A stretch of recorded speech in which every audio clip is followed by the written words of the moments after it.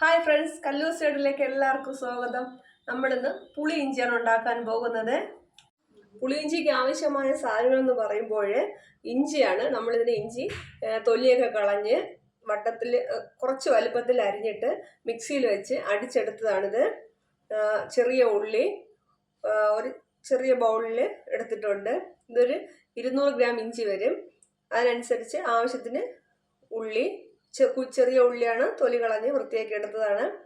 അതിന് കുരുമുളക് വേണം, കുറച്ച് കുരുമുളക്, തേങ്ങ, ഒരു ബൗൾ തേങ്ങ, മുളക് പൊടി, മല്ലിപ്പൊടി, മഞ്ഞൾപ്പൊടി, ആവശ്യത്തിന് പുളി. ചീനച്ചട്ടി ചൂടാവാൻ വെച്ചിട്ടുണ്ട്.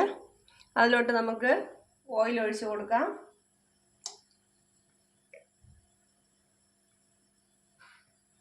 ഇഞ്ചി പെട്ടെന്ന് മൂപ്പിച്ചെടുക്കാൻ വേണ്ടിയായിരുന്നു നമ്മൾ മിക്സിയിൽ വെച്ചൊന്ന് ചതച്ചെടുത്തത്.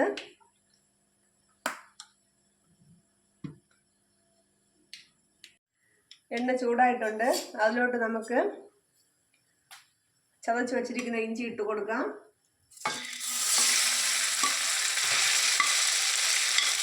അതിനൊപ്പം നല്ല മുളകും കൂടി ചേർത്ത് കൊടുക്കുന്നുണ്ട്.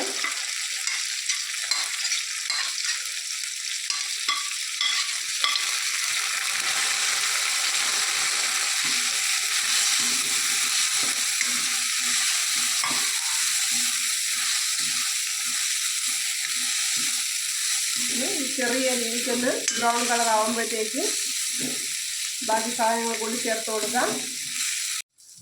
ഇഞ്ചി ഏതാണ്ട് പരുവമായിട്ടുണ്ട്. ഇതിലോട്ട് നമുക്കിനി അരിഞ്ഞു വെച്ചിരിക്കുന്ന ചെറിയ ഉള്ളി ഇട്ട് കൊടുക്കാം.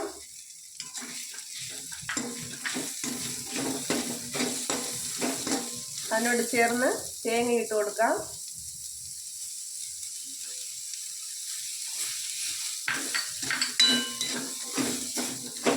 ഇത് നമുക്ക് നല്ലപോലെ തന്നെ വറുത്ത് മൂപ്പിച്ചെടുക്കാം.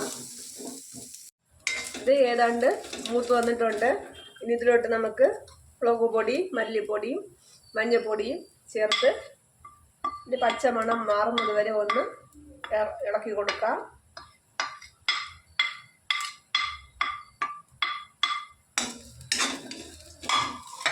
പച്ചമണം മാറുമ്പോഴത്തേക്കും ഓഫ് ചെയ്തെടുക്കാം. ഞാൻ ഇതിനോട് പുളിയും കൂടി ചേർത്ത് അരയ്ക്കാൻ വേണ്ടി ഇടുകയാണ്.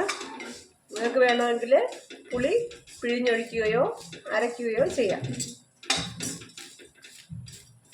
നല്ലപോലെ തണുത്തിട്ടുണ്ട്. ഇനി നമുക്ക് മിക്സിയിലിട്ട് ജാറിലിട്ട് നല്ല രീതിക്കൊന്ന് അരച്ചെടുക്കാം.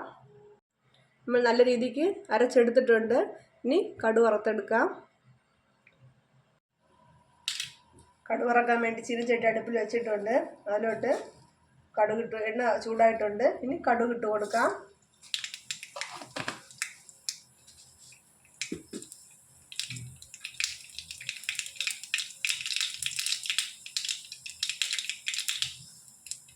കടുക് പൊട്ടി അതിലോട്ട് ഇനി വറ്റൽമുളക് ഇട്ട് കൊടുക്കാം. 2 വറ്റൽമുളക്,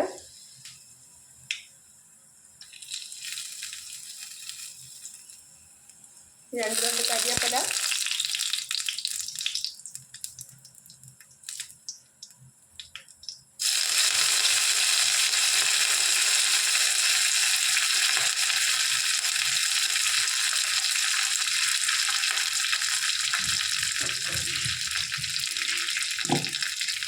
നമുക്കിനി അരച്ച് വെച്ചിരിക്കുന്ന ഇഞ്ചി ചേർത്ത് കൊടുക്കാം.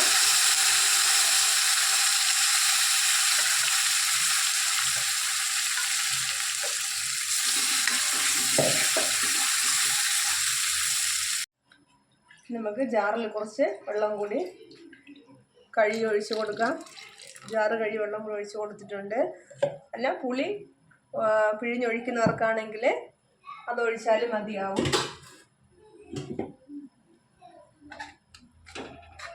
ഈ ഒരു പരുവം ആകുമ്പോഴത്തേക്കും ഇനി നമുക്കിതിൽ കായം ചേർത്ത് കൊടുക്കാനുണ്ട്.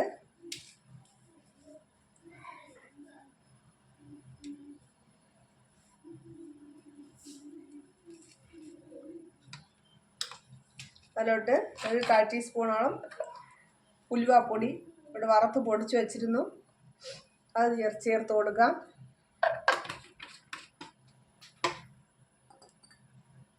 ഇനി ആവശ്യത്തിന് ഉപ്പ് ചേർത്ത് കൊടുക്കാം.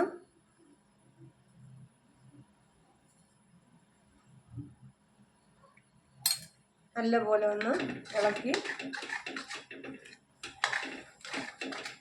നമ്മൾ ഇഞ്ചി കറി പുളി ഇഞ്ചി ഏതാണ്ട് റെഡി ആയിട്ടുണ്ട്. ഇത് നമ്മുടെ പുളി ഇഞ്ചി നല്ലപോലെ തന്നെ തിളയ്ക്കുന്നുണ്ട്. ഇഞ്ചി കറി വയ്ക്കുന്നതിനേക്കാളും വേറൊരു വെറൈറ്റി ടേസ്റ്റാണ് ഈ പുളി ഇഞ്ചിക്ക്. എല്ലാവരും ഒന്ന് ചെയ്ത് നോക്കുക. നല്ലപോലെ തന്നെ തിളയ്ക്കുന്നു. നമുക്കിത് ഓഫ് ചെയ്യാം. നമ്മളെ പുളി ഇഞ്ചി തയ്യാറായിട്ടുണ്ട്.